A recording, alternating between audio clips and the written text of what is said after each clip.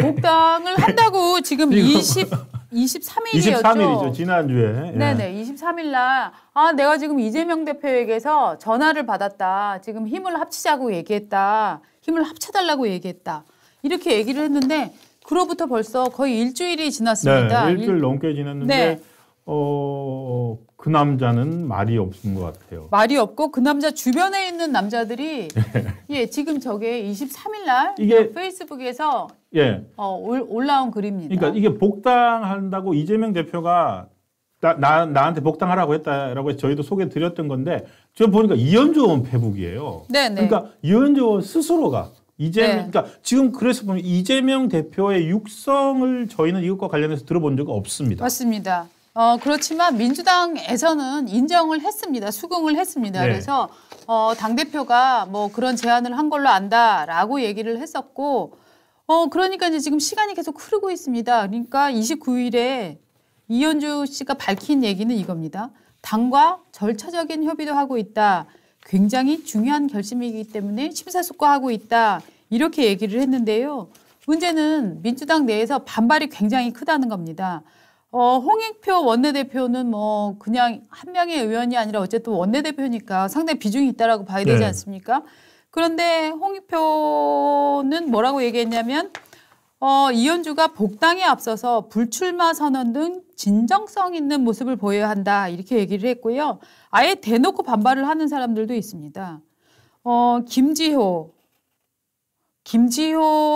같은 정무조정부실장은 여기는 이제 이재명의 측근으로 이제 불리는 사람이거든요. 이런 사람들하고 다른 사람들하고 분위기가 다른 거예요. 일단 이재명 측근 쪽에서는 윤석열 정권에 대해서 가장 전투력 있게 싸우는 사람이다. 당이 외연을 넓혀야 된다. 윤석열 정권에 싸우려면 힘을 모아야 한다는 합의가 지도부에 있었고 그렇죠. 반대하는 의원들도 우리가 잘 설득을 해나가겠다라고 얘기를 했지만 김지호 정무조정부실장 같은 경우에는 이제 이른바 이재명 대표의 대표적인 그 경기 라인이죠. 그래서 이 사람의 스탠스는 개딸들하고 비슷합니다. 지금 개딸들이 방금 홍익표 원내대표 같은 경우에 뭐 불출마 선언이라도 해라 그랬는데 개딸들은 오히려 지금 임종석 전 의원이 출마하겠다고는 서울 중구 성동갑 거기에 이현주를 내보내라. 왜? 그렇죠. 제일 잘 싸울 수 있고 전투력이 뭐라고 해야 될까요? 증명된 사람은 바로 우리 이현주다. 이런 식의 주장을 하고 있는 거거든요. 개딸들이 모여 있는 그 이재명 대표 팬카페인 제명인의 마을 여기에 보면은 이현주는 성동갑 출마하라. 임종석 대신 이현주가 나을 듯. 그리고 또 뭐라고 했냐면 이게 되게 중요합니다. 전투력으로 보면 바로 민주당 일진이다. 공개적인 반문 그런 친명 스피커가 된다면 너무 좋겠다. 이런 말을 제대로 하고 있어요. 그런데 이제 민주당 내에서는 야 무슨 소리냐. 야 우리가 지금 윤석열만 반대하면 다 우리 편인 거냐? 이런 얘기를 하고 있어요. 특히 외연확장? 야 그거 말장난이야. 지금 조홍천, 김종민, 이원욱 이런 사람들 내치고 이현주를 받는 게 이게 지금 외연확장이냐? 라는 얘기가 굉장히 세게 나오는데 이 얘기가 나오는 이유 중에 하나는 워낙 이현주 전 의원이 과거에 그렇죠. 이 국민의힘 쪽으로 넘어온 후에 문재인 정부를 강하게 비판을 했는데 그 비판의 정도가 매우 셌다라고 생각을 하는 게 지금 친문 의원들의 지금 입장입니다. 그렇죠. 그러니까 개딸들은 오히려 전투력으로 보면은 민주당 일진이다. 네. 그게 진짜 이현주 의원의 과거 발언들 보면 일진할 것 같아요. 그렇죠. 그런데 이현주 의원은 사실은 정치를 시작하는 순간부터 강한 발언으로 논란이 됐었던 사람입니다. 그렇죠. 그래서 저희가 이현주 전 의원의 이 독한 발언에 대해서 한번 좀 알아보겠습니다. 자, 처음에 이현주를 가장 각인시켰던 얘기 중에 하나가 MB 아웃 전재희 18년 아웃이었습니다. 저게 2012년 4월인데요. 일단 저거 관련된 플랜카드 한번 보고 가실까요? MB 정권 4년, 전재희 18년. 그럼 뭐예요? 저 크게 줌인 크게 보는 거 없나? 아웃이라고 있어요. 저게 9호였어요. 이현주 씨가 당시에 선거에 나오면서 새누리당의 후보는 전재희 씨였습니다. 장관도 하고 네. 당시에 아마 광명이죠, 저때가 저때. 광명에서 3선을 했을 겁니다. 네.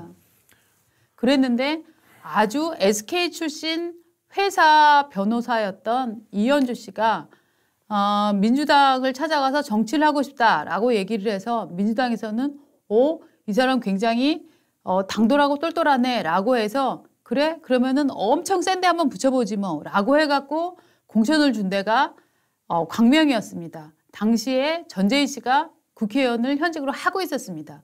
그런데 그러면은 자 MB 정권 4년, 전재희 18년.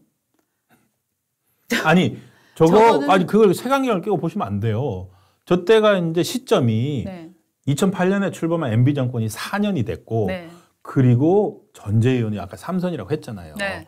3선 한 데다가 이제 장관까지 하면서 네. 저 광명에서 전재희 의원이 정치 활동을 한 게 18년이었어요. 네. 그래서 저런 플랜카드를 만든 거죠. 네.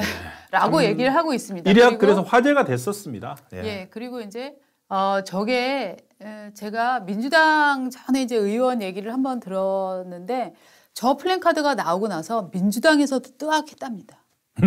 네. 예, 민주당에서도 야 도대체 초선을 노리는 정치 신인이 그래서 안에서 야 이현주가 누구야 도대체 이런 얘기를 했다고 해요. 저는 그래서 지난번에 저희가 이제 예. 이재명 대표랑 네. 그 이현주 의원 사진 두 사람을 이렇게 보여줬더니 묘하게 닮았다, 되게 가깝게 보인다라고 했잖아요. 네. 네. 그게 어떤 저런 강성 발언 그리고 제명인의 마을이나 개딸에서 민주당 네. 일진감이다라고 네. 얘기하는 이유가 있는 것 같은데. 네, 그 다음 것도 보죠 바로. 그 다음에 보면은 아주 이제 이낙연, 문재인 정부에 대해서 강한 말들을 많이 합니다. 예를 들어서 이낙연 전 총리에 대해서 전 대표에 대해서는 하자 심각한 물건이다. 아마도 이게 총리 때 같아요. 그러니까 강남 총리다. 그리고 또 학교 급식 노동자들 관련 이슈가 됐을 때 그때는 그 급식 노동 아줌마들을 저거는 이제 국힘 쪽으로 넘어온 다음이죠. 그 아줌마들이 뭔데? 그냥 저렇게 그냥 바로 그냥 시장에서 쓰는 말들을 아무렇게나 써가지고 정제되지 않은 말들로 구설수에 오르기도 했습니다. 그리고 이제 문재인 대통령에 대해서는 문재인 대통령하고 천하되는 행정 경험 없는 최순실보다 못하다. 그리고 이거는 맥락을 잘 모르는데 이재명에 대해서 연산대군이라고 또 이재명 대표에 대해서도 뭐 말을 하지 않은 건 아니네요. 2021년 9월 때는 저 때는 이제 그러니까 이재명을 공격해야 되니까. 국힘의 입장에 서 있었죠. 그렇죠. 예. 네. 참 뭐라고 해야 됩니까? 입이 저희 식으로 하면 입이 걸다라고 해야 되나요? 걸다 수준은 좀 넘어서는 것 같아요. 저는 솔직히 말하면 입이 걸고 독설을 하는 거는 홍준표 의원도 마찬가지라고 네. 생각을 합니다. 그리고 여러 사람들이 입이 건 사람들이 많습니다. 그리고 어떻게 보면은 저도 입이 순한 편은 아닙니다. 하지만 입이 건 게 문제가 아니라 자기 이익 때문에 이 사람이 오늘은 나의 적군이 되었다가 내일은 이 사람이 나의 주군이 되고 내 주군이 또 나를 살짝 섭섭하게 하면 내일은 다시 네. 이 사람을 물어뜯는 이런 정도의 정치 철학이 없음이 저는 가장 문제라고 생각을 합니다. 그래서 이현주 씨의 이게 흐름을 보면은 처음에 이제 민주통합당 경기 광명을 지역구에서 19대 20대 국회의원에 당선이 됩니다. 그러다가 2017년에 친문 패권을 비판을 하면서 탈당을 해서 국민의당으로 가죠. 그다음에 이제 국민의당이 바미당, 바른정당과 네. 합치면서 바른미래당이 됩니다.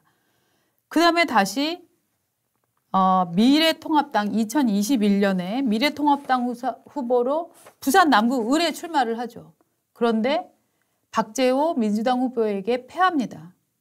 네. 그러다가 작년부터는 이준석 씨하고 반윤석열 기차를 타고 여러 토크 콘서트도 많이 했었죠. 그러다가 이제 급기야 지난 23일에 이재명 대표로부터 복당 권유를 받았다라고 이제 밝히는 거죠. 그런데 예. 문제는 이 이현주 의원이 여러 사람을 공격하고 굉장히 독한 말을 하는데 그 독한 말이 정말로 자기 정치 철학, 소신에 비춰서 용납할 수 있는 일을 용납할 수 없는 사람이나 일을 비판한 거냐? 아니면은 내가 국회의원 공천 받을 수 있나? 내가 한 자리 가질 수 있나? 이거에 흔들려 갖고 비판을 해온 건가? 이거에 대한 이제 의심이 들기 시작을 하는 거죠.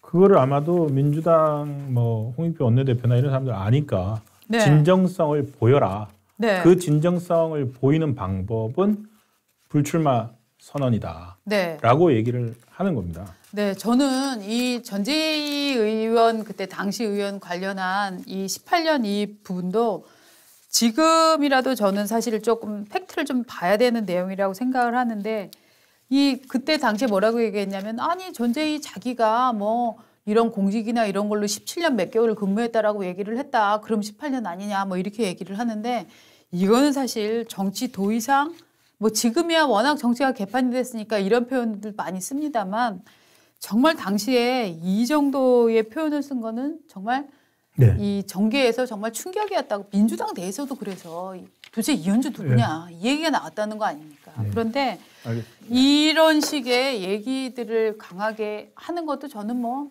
개성이라고 생각을 하는데 그러면 도대체 이현주의 정치 철학은 뭐냐 이런 걸 좀 물어봐야 되는 거죠. 네. 네. 지금 이제 이현주 의원은 본인의 그 뭐 본인 공천을 안 받겠다라든지 불출마라든지 이런 거 할 것 같습니까? 그거를 할 이유가 있겠습니까? 예. 네. 그래서 아마도 지금 개딸들이 이현주 의원을 보고 싶어 하는 곳은 서울, 중구, 성동, 갑입니다.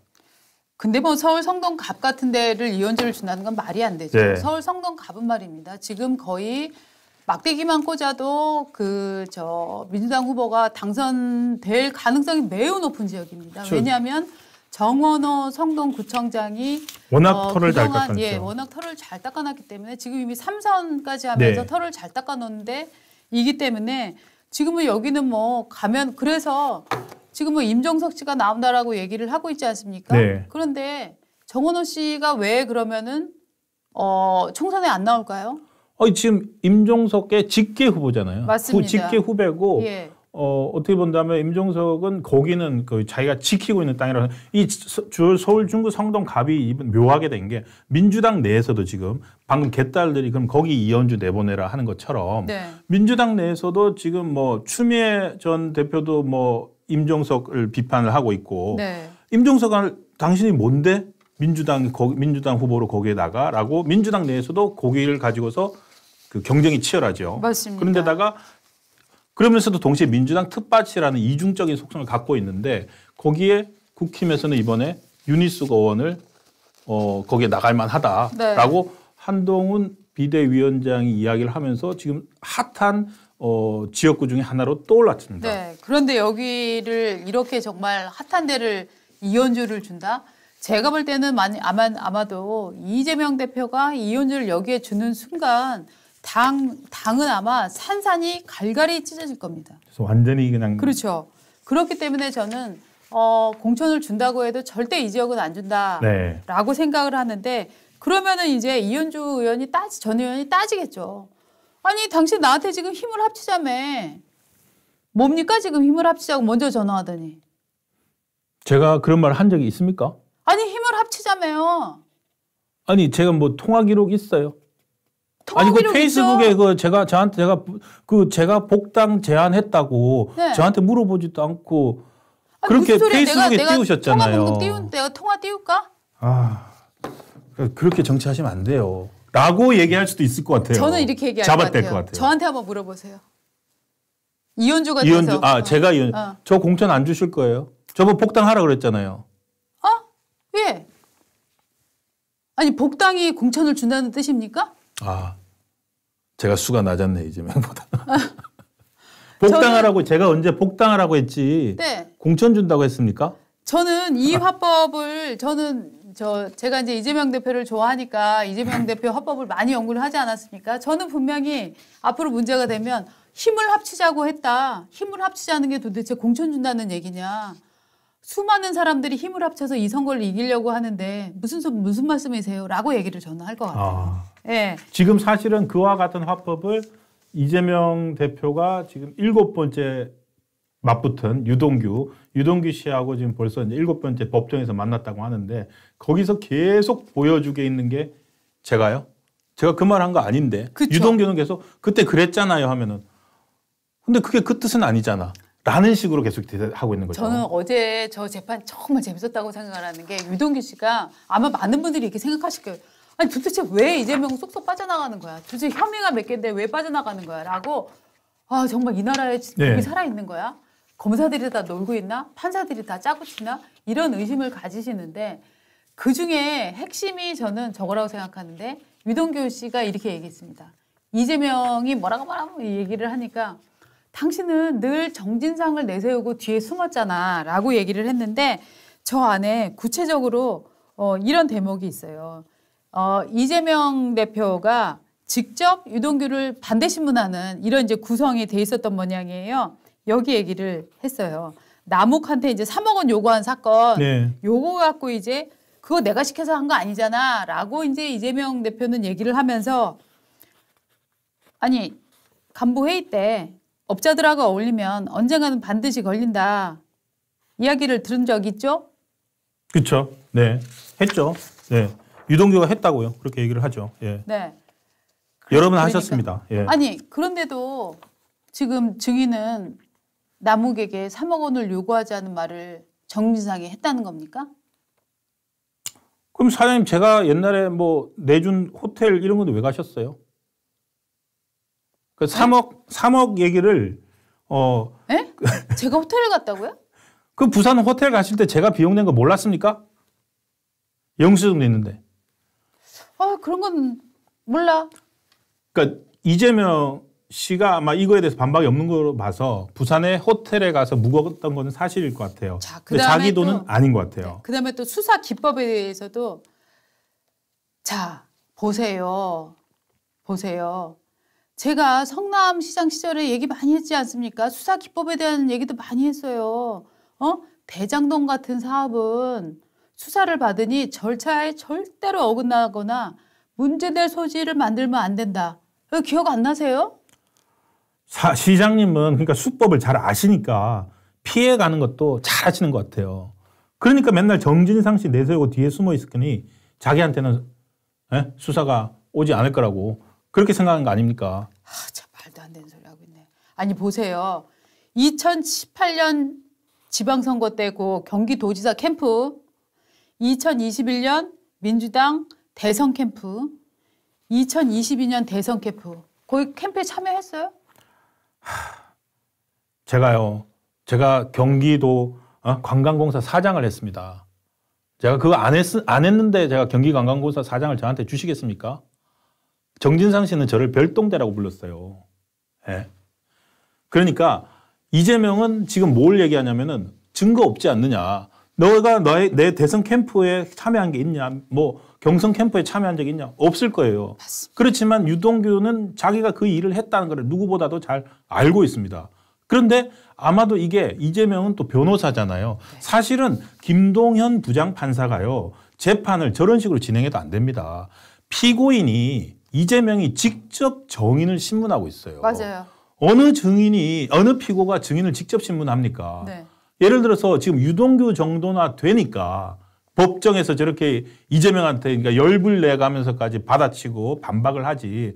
누굽니까? 그 조명현이라든지 그다음에 위증교사 사건에 김진성 씨, 김병량 전 성남시장 비서였던 사람은 네. 이재명 있는 앞에서 증언도 못 하겠다면서 피해달라고 하잖아요. 그러니까 피고 앞에서 저렇게 지금 하고 있는데 유동규 씨는 무척 답답하고 억울해한다는 게 느껴집니다. 그리고 여기서 이제 우리가 알 수 있는 사실은 이재명 시장은 당시 개발 사업을 하면서도 언젠가 이게 수사에 걸릴 것이다. 수사에 걸릴 거라는 인지를 항상 하고 있었고 그에 대한 뭐 직원들에 대해서도 얘기를 하고 이랬었다 하는 사실을 알 수가 있는데 결국 이거는 뭐냐면 야 앞으로 수사 들어오면 내가 보기에는 그 노트북부터 뒤질 것 같은데? 그런 거죠. 라고 하면 자 담당자는 노트북을 어떻게 하겠습니까? 없애는 거죠. 노트북 없앨 거고 네. 사실은 그래서 지금 정진상과 김용이 네. 선에서 모든 걸 다 끊는 형국으로 가고 있는 거예요. 그렇죠. 그리고 바로 그 지점을 유동규 씨가 어제 법정에서 얘기를 한 겁니다. 맞습니다. 자, 이재명 당신 시장 때부터 다 알고 있었지 않느냐. 네. 다 알고 있으니까 그때도 그 수법을 잘 알고 있고 그러니까 다 피해가는 거 아니냐. 그거를 누구 들으라고? 판사 들으라고 하는 겁니다. 지금 저 재판부는 증거 없이는 아무것도 안 하려고 할 거예요. 그 재판부를 향해서 실제 사건의 내막이 뭐였는지 언론들, 기자들 들으라고 유동규 씨가 사실은 법정에서 절규하고 있는 겁니다. 유동규 씨 벌써 극단적 선택 시도도 몇 번 했었고 퇴근 후에 가다가 교통사고도 당했었고 상당히 위축되고 신변의 위협을 느끼고 있음에도 불구하고 자기를 직접 신문하는 이재명 대표를 상대로 힘겹게 지금 법정에서 증언을 하고 있는 겁니다. 그 지점들을 지금 저희는 기록으로 남긴 거고 그렇게 있기에 다른 재판과 다르게 여러분들이 이걸 듣고 보고 전해 들으실 수 있는 겁니다. 그럼에도 불구하고 안타깝게도 제 생각은 이재명 대표는 지금 이 유동규의 모든 진술들은 증거가 없거든요. 재판부는 유동규와 다른 판단을 내릴 수 있을 수 있다는 그것 때문에 상당히 저는 안타깝기도 하고 이 재판이 어디까지 갈지 그런 것들은 계속 여러 사람이 함께 지켜봐야 된다고 생각을 합니다. 그러니까 이제 이재명 대표가 실제로 대장동 사업에서 불법 수익이나 뭐 이런 부분에 관련이 있다라고 네. 전제를 한다면 이건 전제입니다. 전제를 한다면 이재명 대표는 우리나라 판결이라는 게 결국은 증거 법정주의를 채택하고 있기 때문에 물증이나 증거나 맞습니다. 또 명확한 또 뭐 복수의 명확한 증언이 있어서 딱 구성할 수 있지 않으면은 이거를 유죄를 내리지 못한다는 걸 알고 있기 때문에 평소에 먼지 털기를 참 열심히 해왔다 하는 그런 느낌이 그렇죠. 드는 거죠. 네. 네, 그러니까 이 일을 진행하면서 동시에 이것이 수사받을 대비를 한다 하는 일과 함께 수사 준비를 시작하는 그러니까 이재명 대표에 대한 수사가 그렇게 쉽지 않은 상황인 맞습니다. 거죠. 오래 걸리는 네. 상황인 거고. 김동연 판사가 또 어떻게 해줄지 모르겠습니다. 예. 제가 이름을 일부러 계속 얘기합니다.